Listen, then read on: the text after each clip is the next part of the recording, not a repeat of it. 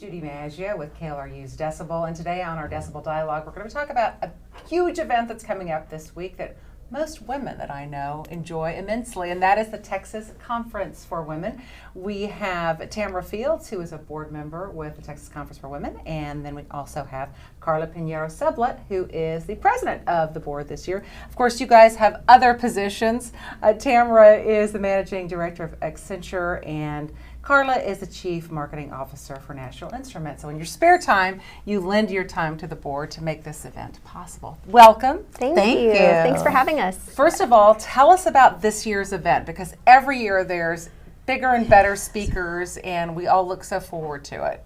Yeah, absolutely. I mean, I think this year we're really excited because it's our 20th year anniversary. One that's really the culmination of just really the evolution of this conference, which has been phenomenal. I mean, I think Carla and I were just talking about how many women we served through this conference this year. We're excited to have several named people, and this year, excitingly, we're going to be adding a Wednesday night event. We're adding live stream this year, and so we have a couple of key marquee names like Tracy Ellis Ross and Melissa Gilbert, and really just others who are just fabulous in the world of women. So I know that the tickets sold out in what, an hour or something like this? In minutes.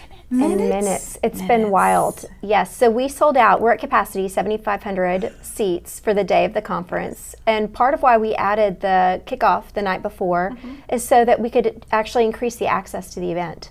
So we're offering ticket sales for the night before as well as for live stream. And the live stream tickets will be on sale until tomorrow. And the goal there is to let as many people as possible reach the conference messages.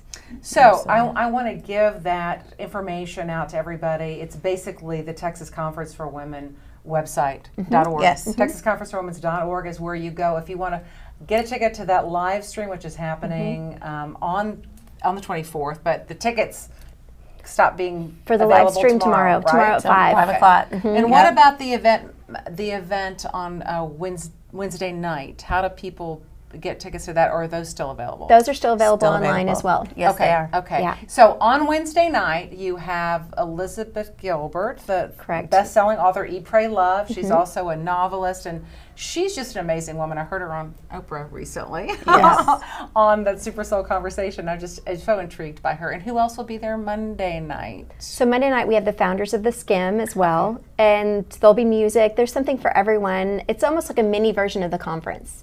Wednesday night. Is it Wednesday night? Oh, sorry, Wednesday night. Did I say Monday night? Just like I said, yes, it's Wednesday night. There's a lot on your plate right now. We've got a lot going on. Yeah. Okay. Well, I know it's the 20th anniversary, so I want to talk about how this all got started and really why it got started. Yeah.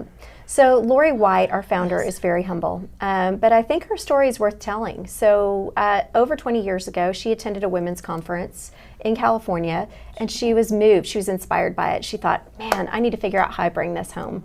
And she was actually working in politics at the time and decided to get together with a staffer as well as with Laura Bush, the former First Lady, and Anita Perry and several others, and decided to bring a version of the conference to Texas. And the first conference was 20 years ago almost. 20 years ago, and it was in 2000. And she really, we had 2,000 attendees that first year. And every year we have scaled it, and she has managed to make it more and more special and bigger and better. Yes. And she's actually added more states. So now we have Pennsylvania, we have Boston, we have Massachusetts, we have California. Yep. So it's part of a national network. Yeah, and all of the conferences are very large. I think what's interesting about Lori is she just represents that concept that when sometimes you feel like you don't have a voice or you can't make impact, she just proved that you can. Right. So she started with a thought process. Right. She had an experience, and then she's like, I'm going to go bring this experience to others. And it shows the power of one, right? It shows the ability that you can go take something, someone's going to be excited to join in with you, and then that turns into something well beyond, your greatest imaginations in terms of how you add value to other people's lives. And that's what she did through this conference. She was touched, and now she expanded that to everyone else. Why do you think a conference like this is needed? And what are you hoping that women walk away with? We're living in interesting times with the Me Too movement and more women than ever running for and getting elected to public office. Yeah. It could not be more relevant right now. And I think that one of the things, you should share the statistic that we have in terms of the impact for women that attend, but one of the things that's so inspiring to me is that it doesn't matter where you are in your career. You could be in the C-suite, the owner of your own business, you could be later in your career, you could be just starting out. And the beauty of the conference is the diversity. Every walk of life is represented there, and yet every woman takes something away from it, some nugget of inspiration. I'm inspired every single year. So I think that's what really makes the conference special. It activates women, and we have some statistics to that effect. Harvard did a study with respect to the women that attend our conference, and I'll let you share. Yeah, absolutely. So I'll share two things. So one, when they did the study, they recognized that when women come to conferences like this, they're 2 times more likely to get a promotion that year. And isn't that amazing? It is, actually. And 3 times likely to see an increase in pay. Because what I think the conference does is, whether you're at the beginning of your career, or whether you're in the middle of your career, or whether you're an executive, so whatever part of your career, you're going to receive something that helps you know how to speak about yourself. And what I have found in my interaction over the years is a lot of times it's hard for women to talk about themselves. They talk about the team. It's always a we, and that is important. It's to give credit where credit is due, but they never really amplify their own voice and really talk about how they're contributing and what they have done. And as a result of that, sometimes it's easy to look over them, right, for roles and future opportunities. And I think going to these conferences really address that. It gives them ways and tactics to own their voice, which is, I think, what's most important. And I think for me personally, I mean, I'll never forget the very first conference I attended. The first time I walked into the lunchroom where we had our keynote. It's overwhelming. It's overwhelming. Sea of what, like, and I just found it so empowering, right? Yeah. Like, and it just gave me such a sense of belonging, right? Because I work in tech, right? Yeah. And it's We don't see environments like that. Unfortunately, that's not commonplace for us. No. So often I walk in a room and it's like all men, and that's not a bad thing, but it's just, it's really great to walk into a room and to have an immediate kinship or fellowship. It's electric. Right? Yes, and to be on boards with women who face the kind of conversations and kind of doubts and thoughts and things that I'm having to deal with, and I think that's needed, right? Yeah. We need that support. It's almost like this, and I've been as both an attendee and a presenter, and I always think of it as like this collective female wisdom. Yeah. All under one roof, you know, so. it's a wonderful thing. You talked about women finding their voice, and sometimes being the only female in the room, those types of things that we have all dealt with before.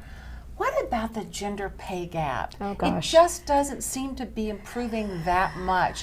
How can we as females, through events like this, feel more confident to ask for more money, to feel, you know, I grew up in the 60s, and my mother said, oh, it's not polite to talk about salaries, and you know, women have trouble asking for money. Some women do, especially my age. Yeah. So what do you think this kind of a conference does for women in that aspect? Yeah, I literally just had this conversation with a group of women last night, and actually Abby Wambach was the first one of our conferences that really brought this home for me, and we have Megan Rapinoe, and I'm sure she's going to touch on this topic this year. But for me, the soccer superstar. Yes, yes. And I'm sure you're familiar with just all of The that. pay gap the between pay the gap US and that conversation is happening. She brought it to the front of the Yes. But there's two front sides. stage. There's two sides of this equation. There is advocacy for yourself, and there's advocacy for others when you see it happening. So for women that are in leadership positions and have the ability to do something about it when they see that discrepancy, for me, I've been inspired by the conference to be the person that calls that out.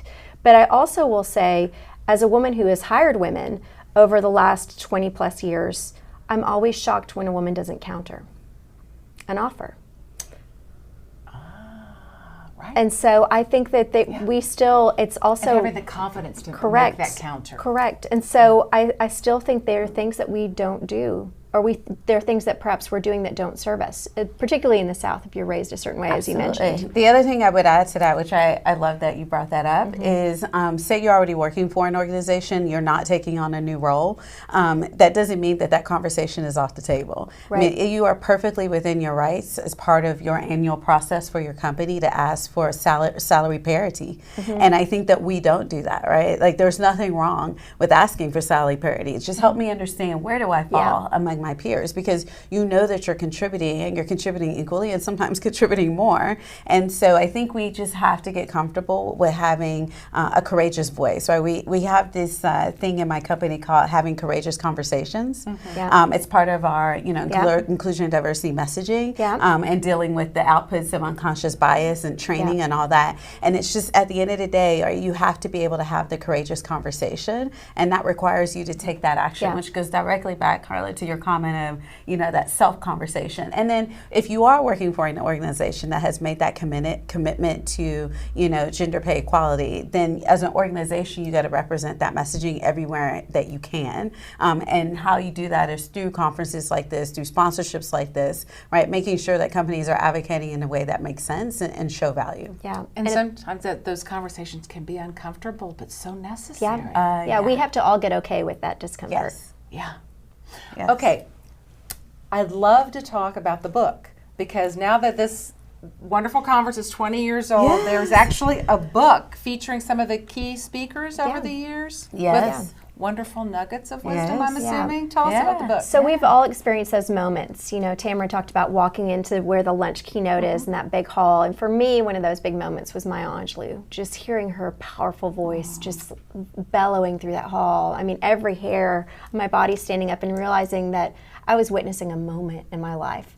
And Viola Davis, who had us riveted at the edges of our seats. Or just thinking about it. Or Amal Clooney, who made us feel like we're not big enough humans in our own lives. So there's a moment like that every conference, and this book has really captured those moments and put them in in a hardbound book that would make an awesome gift, but also just really helps us appreciate those things that can't be replicated that happen at this conference. Yeah, I think that's what goes to the title of the book, right? Again, that's what I was going to ask about the title. Yeah, it's about amplification of women, right? I think we don't spend enough time encouraging each other. One of the things just recently, Carla came up to me and she was just like, "I'm really excited for you. I'd won this award," and I think we need to, as women, show that support. And this book does the same thing. It says, yes, your words matter. Everything you have to say, I ought to listen to, because it could add value to my life. And I think that's what the book does. Yep, that's exactly right.